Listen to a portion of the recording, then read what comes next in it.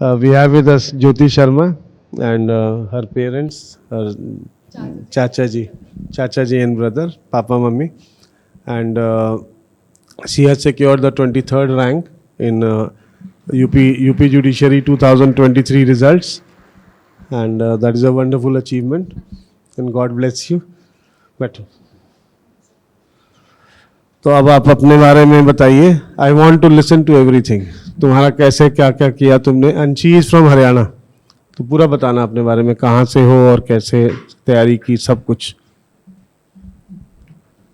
Sir, first of all, I would like to thank you and Rahul Sayers family.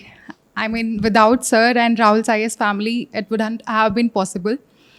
And especially Krishna sir, क्योंकि 5 साल जो journey रही है मेरी 2018 से 2023 तक, Krishna sir has motivated me so much. Her exam के बाद जब उन्हें मेरा रोता हुआ चेहरा नज़र आता था, वो मुझे हमेशा पुश करते थे, मोटिवेट करते थे कि आपको एग्ज़ाम क्लियर करना है. From day one he was of the opinion कि आप एग्ज़ाम क्लियर करेंगे, टाइम ज़रूर लग सकता है पर आपको करना है. और सर मैं भिवानी हरियाणा से हूँ. उसके बाद मैंने BA-LLB भगत फूल सिंह महिला विश्वविद्यालय सोनीपत से की है. फिर अगस्त 2018 20 अगस्त 2018 से मैंने EM1 बैच ज्वाइन किया था. जो मेरे भाई हैं उन्होंने ही यहाँ पे मेरा एडमिशन करवाया था. He was the first one two enter this institute. And sir उसके बाद जैसे ही मैं फर्स्ट डे आई थी, मैंने अगस्त से सर मैंने अपना सोशल मीडिया जो है वो सब हटा दिया था. मैंने सब डीएक्टिवेट कर दिया, फेसबुक व्हाट्सएप वगैरह. मैंने जब दिल्ली आ गई थी तो मुझे लगता था कि अब सिर्फ और सिर्फ मुझे ये करना है. फिर उसके बाद 16 दिसंबर 2018 यूपी का मैंने पहला प्री एग्ज़ाम दिया था.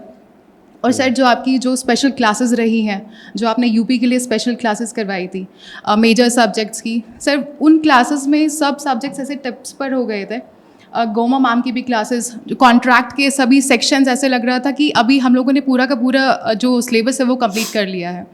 सर ने CBSE के जो सब सेक्शंस थे वो ऐसे ही टिप्स पर करवा दिए थे, तो वो PT में बहुत हेल्पफुल रहा. फर्स्ट एग्ज़ाम जो रहा मेरा वो यूपी का ही रहा और फर्स्ट प्री निकल गया था मेरा within 3 months I guess, within 3 or 4 months. And then sir 20 और 25 दिन के बाद फिर मेंस हुआ था जनवरी में ही. बहुत कम टाइम था. जी सर. सर मुझे याद है मैं अपनी क्लास में यहीं पर सेकंड लाइन में बैठी हुई थी, तो आपने मुझसे 20 और 21 जनवरी को आपने पूछा था कि कितनी तैयारी हो गई है. सर मैं इधर और उधर देख रही हूँ कि मुझे लगा कि आप मुझे जानते नहीं हैं, तो आप मुझसे नहीं पूछ रहे हैं, मैं देख रही हूँ शायद किसी और से पूछ रहे हैं. फिर जब मैं ऐसे ऐसे देख रही थी तो आपने मुझसे बोला कि तुम्ही से पूछ रहा हूँ मैं. एंड आई वाज लाइक ये कैसे हो गया कि मुझे लगा कि अच्छा सर को पता है कि मेरा प्री निकला है. फिर उसके बाद मैंने सर को बताया कि सर ऐसे ऐसे ये सब्जेक्ट्स मैंने कर लिए हैं, ये अभी रहता है. फिर उसके बाद मुझे यूपी का इंटरव्यू कॉल आया जून 2019, पर फाइनल सिलेक्शन नहीं हो पाया. मेंस में सर मेरा 463 के आसपास स्कोर रहा. Yes sir. इंटरव्यू जो था वो 73 मेरे को मिले थे 100 मार्क्स में से, पर टोटल नहीं हो पाया था. PT और मेंस के बीच में बहुत कम गैप था, 22 दिन का गैप था. जी सर. और तुम्हारी तैयारी पूरी नहीं थी ना. नहीं सर. सर अगर मैं सच बताऊं तो मुझे उस टाइम पर यूपी का पूरा सिलेबस भी नहीं पता था कि मेंस में सिलेबस. जब मैंने वहाँ पर जाकर पार्टनरशिप एक्ट देखा तो आई वाज सरप्राइज्ड, ये मैंने पढ़ा नहीं है. तो यूपी का सिलेबस भी मुझे बाद में पूरा कि ऐसे ऐसे ये वाले सब्जेक्ट्स भी थे. सर फिर तब तो तुमको ज्वाइन करे 5-6 महीने. जी सर. सर मेरा कोई फैमिली बैकग्राउंड भी नहीं है लो का. I was the first generation lawyer. Your father is into what? Sir bank manager हैं, cooperative society. Yes sir. And sir mother जो है वो हेल्थ डिपार्टमेंट में है. अच्छा. हाँ जी सर. और सर फिर उसके बाद मैंने जो है राजस्थान मेंस दिया है. 2019 में ही मैंने मेंस दिया. फिर उसके बाद मध्य प्रदेश मेंस दिया. उसके बाद हिमाचल प्रदेश मेंस दिया. हिमाचल प्रदेश 1 मार्क से नहीं हुआ मेंस, पर उसके सर फाइनल सिलेक्शन के लिए तो आपको 10-15 नंबर और चाहिए थे, जब भी फाइनल सिलेक्शन हो सकता था. सर फिर उसके बाद 2022 has been very lucky for me, क्योंकि 5 मेंस एग्ज़ाम में मैं अपेयर हुई थी सर 2022 में, और जिसमें से 4 मैंने इंटरव्यू दिए हैं. दिल्ली, हरियाणा और मध्य प्रदेश और Rajasthan. But I was not able to make it to the final list. So Delhi में I was on 23rd waiting list. I was there. And then sir I appeared for UP. Sir Delhi जब हुआ नहीं था तो मैंने भाई से यही कहा था कि अब की बार मुझे रैंक चाहिए है। I was thirsty for rank this time. मुझे सिर्फ सिलेक्शन नहीं चाहिए था, मुझे ये था कि एटलीस्ट कुछ रैंक अच्छा आए, स्टार्टिंग का रैंक रहे। तो फिर उसके बाद सर मैं यही चाह रही थी कि मेरा जो रिज़ल्ट आएगा कि फर्स्ट पेज पे मेरा नाम दिखना चाहिए। मुझे ज़्यादा स्क्रॉल ना करना पड़े सर, क्योंकि जैसे जैसे नीचे जाते हैं लिस्ट में वो दिल की धड़कन इतनी तेज़ हो जाती है कि इस बार होगा सिलेक्शन कि नहीं होगा। फिर जैसे ही मैंने देखना शुरू किया 23rd रैंक पे मेरा नाम था। सर मैंने पापा और चाचा जी, सर हम लोग सब इकट्ठे थे उस टाइम पे। भाई मेरा जो है वो सर नेदरलैंड्स में है, तो मैंने उसको 6 बजे फ़ोन किया and he took the next flight, और फिर 9 बजे वो घर पर वापस आ गए हैं। और सर जैसे ही मैंने मम्मी पापा को बताया, पापा और चाचा साथ बैठे हुए थे, तो मैं पापा के पास, पापा लेटे हुए हैं, मैं पापा के पास जाकर बैठी हूँ। मैं पापा को बस देखे जा रही हूँ एंड पापा ने सिर्फ यही पूछा है, हो गया है? मैंने हाँ नहीं जवाब देने की हिम्मत नहीं थी, मैंने सिर्फ इतना ही कहा है। इतनी देर में चाचा जी ने सुन लिया था और चाचा जी फिर इतने दौड़ के आए मेरे पास, गले लगा लिया उन्होंने। उस गले लगाने के लिए मतलब 5 साल वेट किया है हमने। और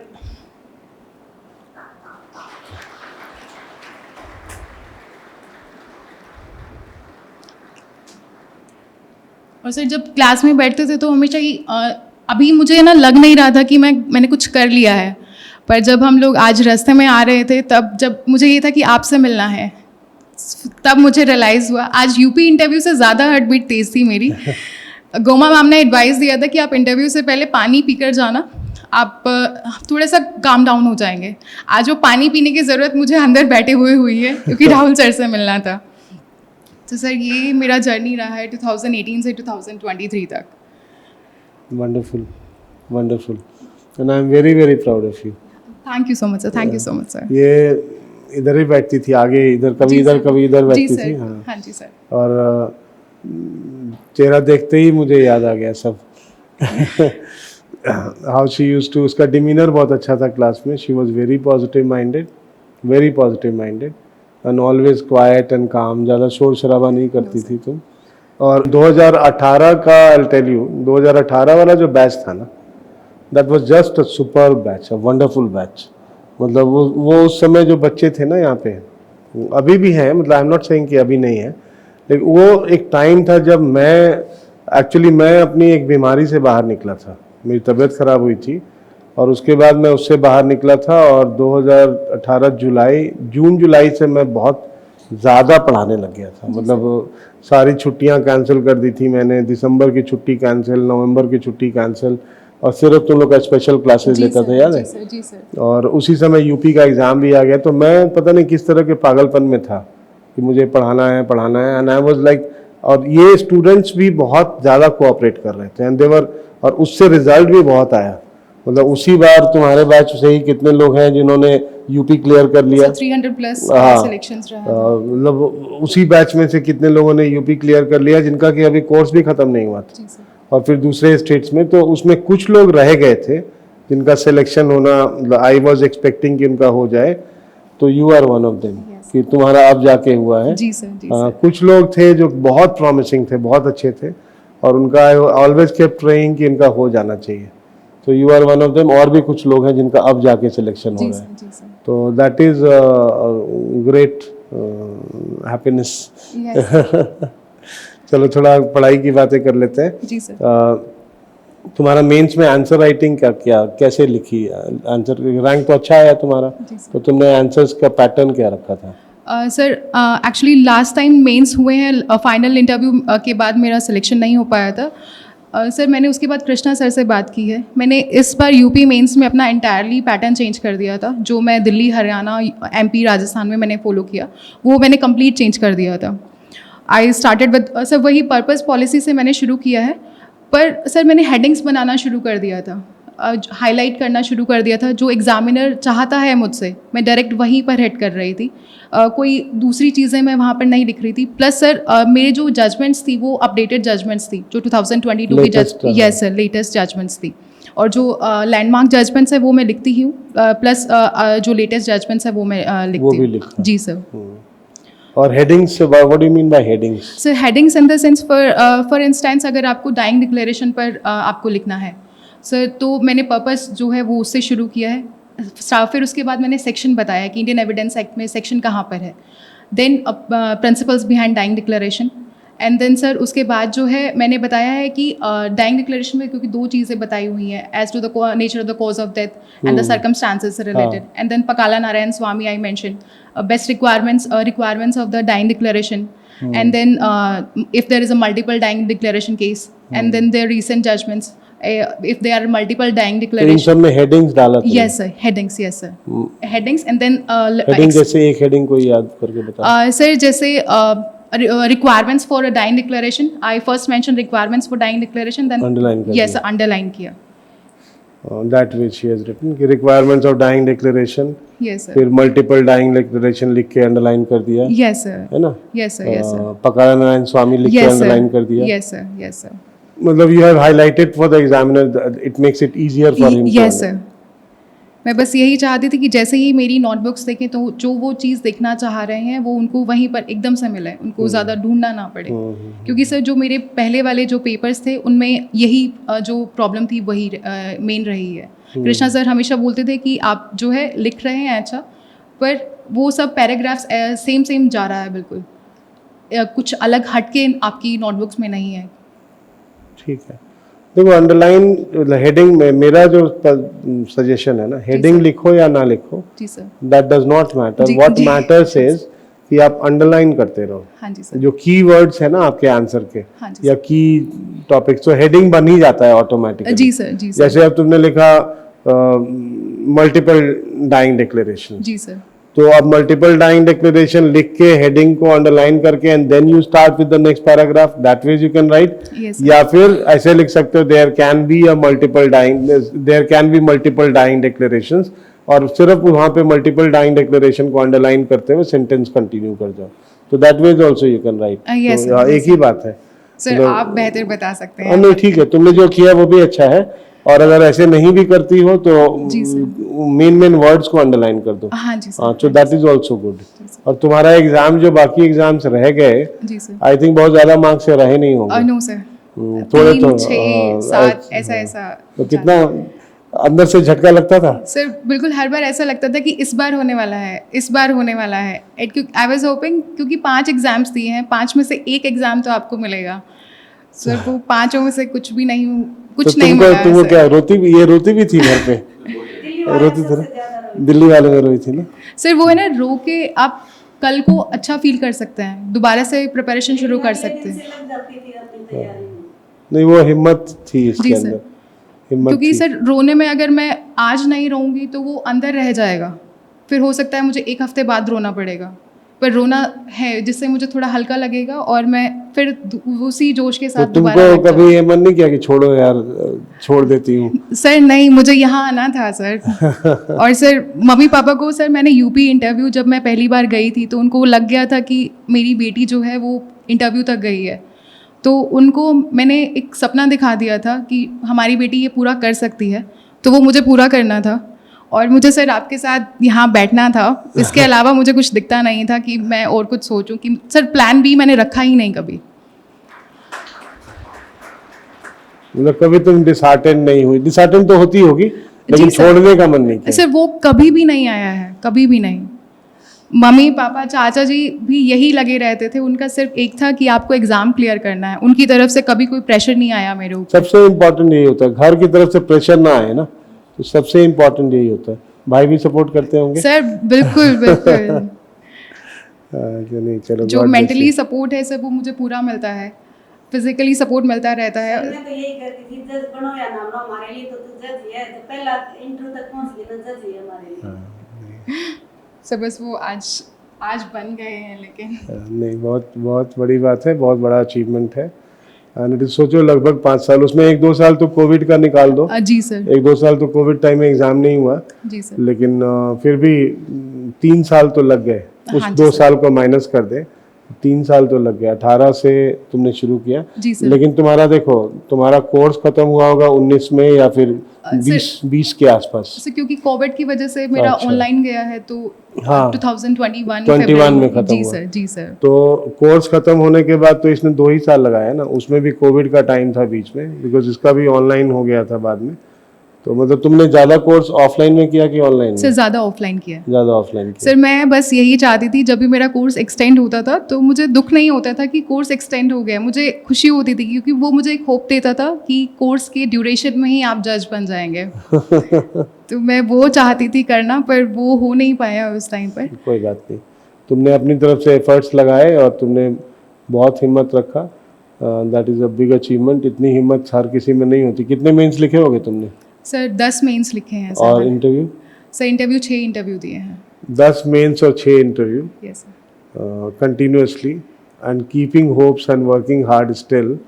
सोचो, मतलब हर किसी के साथ ऐसा नहीं होता, कई लोग एक बार में भी निकल जाते जी हैं सर। और कई लोग हैं जिनको टाइम लगता है। तुम्हारी वो शाइना गोयल, जी सर। शाइना गोयल को कितने उसने इंटरव्यू और मेंस लिखे हैं। जी सर। उसके बाद तुम्हारे साथी तो यहाँ पढ़ती थी। यस सर, यस हाँ, सर। तुम्हारा इवनिंग था मॉर्निंग था? सर मेरा मॉर्निंग बैच, मॉर्निंग था ना, हाँ, तो Shaina was in the same batch. Yes sir. तो इन लोगों ने पता नहीं कितने मेंस और कितने इंटरव्यू दिए हैं तब जाके सिलेक्ट हुए। तो इट इज़ नॉट, अब ये भी है ना कि आप बहुत ज़्यादा टाइम नहीं लग रहा है, 2-3 साल में लगातार आप एग्जाम दे रहे हो ना। कोर्स खत्म होने के बाद की बात करो तो 2-3 साल, जी सर। तो उसमें लगातार आप जो एग्जाम आ रहा है सब दे रहे हो। जी सर। तो उस प्रोसेस में लगे हुए, ठीक है, बहुत अच्छा, very good. I am Thank you, very sir. Happy, Thank you very so much, sir. Happy, Thank you so very much, sir. Happy. अच्छा, इंटरव्यू में क्या हुआ वहाँ पे वो बताओ। Interview what did they ask you? Sir, my interview went very well. This time I was so happy. Last time you got 73। Yes, sir, 73. That was very good score. Yes. 100 marks का होता है Yes, ना? sir, yes, sir. Sir, first of all, the very question was asked was about gap year. Gap year. Yes, sir. They asked, what were you doing after 2018?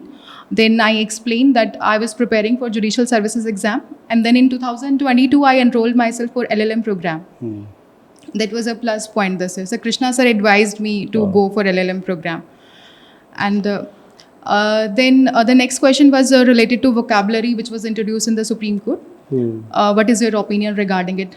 Whether it should be restricted to Supreme Court judgments only, or it should be used in common parlance.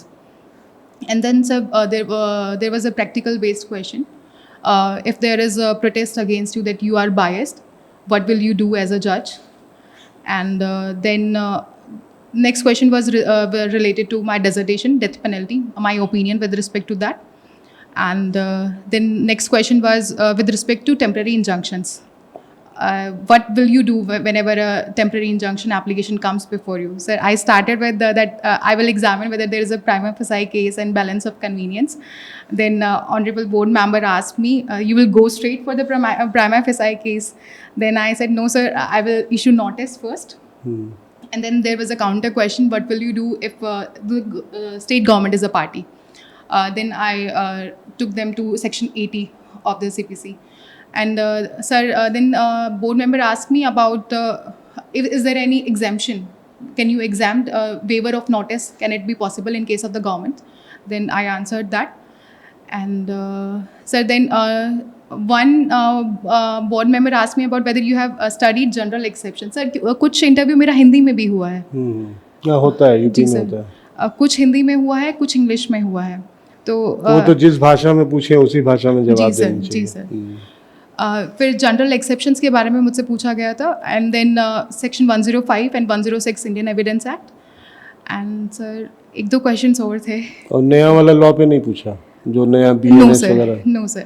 And sir latest एक दो लोगों से पूछा है? हाँ जी sir. तुमसे sir वो नहीं स्टार्टिंग में पूछा गया है। अच्छा, जी हाँ जी। सर देन आप लेटेस्ट सुप्रीम कोर्ट जजमेंट्स के साथ अपडेटेड हैं या नहीं है? कॉन्स्टिट्यूशनल बेंच की जजमेंट्स वो पूछना चाह रहे थे।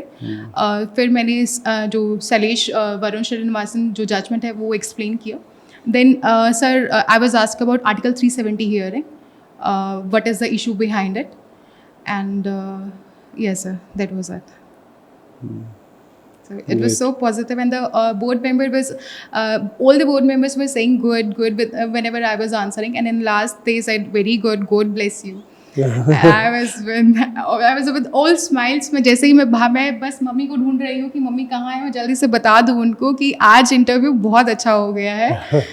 क्योंकि जनरली क्या होता है सर, मम्मी पूछते हैं कि मैं फ़ोटो क्लिक कर दूँ क्या, क्योंकि साड़ी वगैरह पहना हुआ है, तो मम्मी सोचते हैं कि आज मैं अपनी बेटी का फ़ोटो क्लिक करती हूँ, पर वो पहले ये देख लेते हैं कि बेटी का मूड कैसा है, इंटरव्यू कैसा हुआ है। तो उन्होंने पूछा इंटरव्यू कैसा हुआ है, मैंने कहा बहुत बढ़िया। उन्होंने फिर फ़ोन निकाला और फिर फ़ोटो क्लिक किया है। साड़ी साड़ी पहना था जी तुमने? Sir, sari colour? पहना था। Yes sir. Colour sir grey colour. Grey colour. हाँ जी सर। सर मैंने 4 साड़ियाँ चेंज कर चुकी हूँ सर मैं 5 साल में। लाइट कलर होना चाहिए। हाँ जी sir. It can be white, it can be off white, it can be grey, it Yes, can be beige. तो इस तरह के कलर्स होने चाहिए, light colour. So I was the only one wearing grey, so थोड़ा सा distinguish हो रहा था कि ठीक है।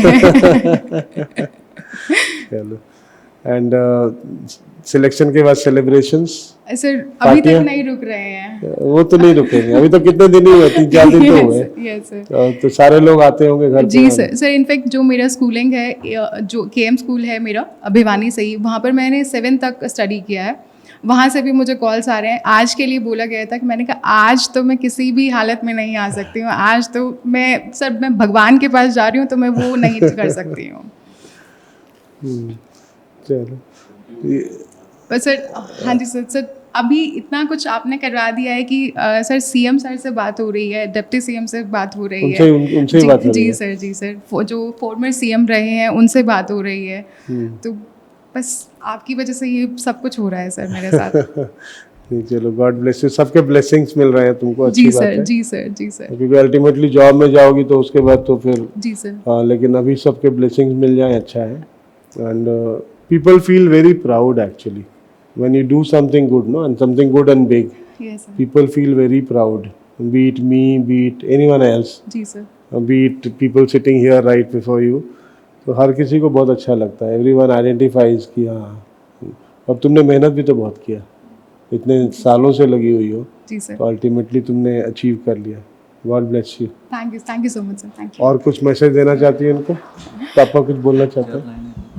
सर मैंने राहुल साइयस के लिए सर एक पोएम लिखा है, मैं हाँ। वो सुना सकती हूँ प्लीज़? हाँ प्लीज। छोटे छोटे शहरों की लड़कियों को बड़े बड़े ख्वाब दिखाते हैं राहुल सर।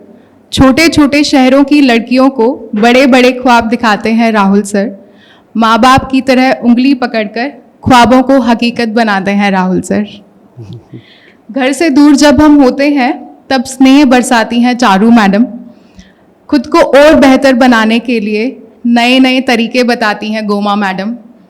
जब किसी प्रावधान को लेकर उलझन में होते हैं जजमेंट सहित उसका समाधान करती हैं निधि मैडम। निराशा के बादल जब जब छाते हैं तब तब नीरज सर का हाँ जी गुड मॉर्निंग नया जोश भर देता है। हमारे लिए परीक्षा के कुरुक्षेत्र में श्री कृष्ण रूप धारण कर उद्धार करते हैं कृष्णा सर। सूर्य की किरणों जैसे जीवन में प्रकाश भरते हैं आनंद सर। और अंत में सबके जीवन में ढेर सारी खुशियां भरता है मेरा राहुल साइयस परिवार। सर ये कल ही लिखी है मैंने। God bless you. अब मैं इसको पढ़ता रहूँगा। जी सर बिल्कुल सर। सही आपके लिए ही है सर। आइए।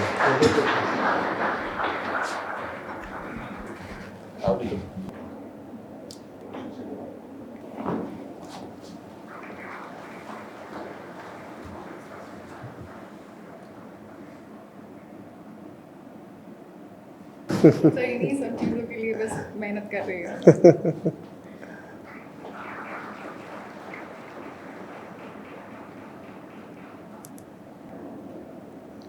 Thank you sir. Thank you God bless you. This is priceless, मतलब इसके आगे कुछ भी नहीं है। God bless you. Thank you sir. God bless you. कुछ लाइफ में खूब अच्छा करो and wish you a wonderful career of judging and justicing. God bless you. Thank you sir. Thank you so much. Bye.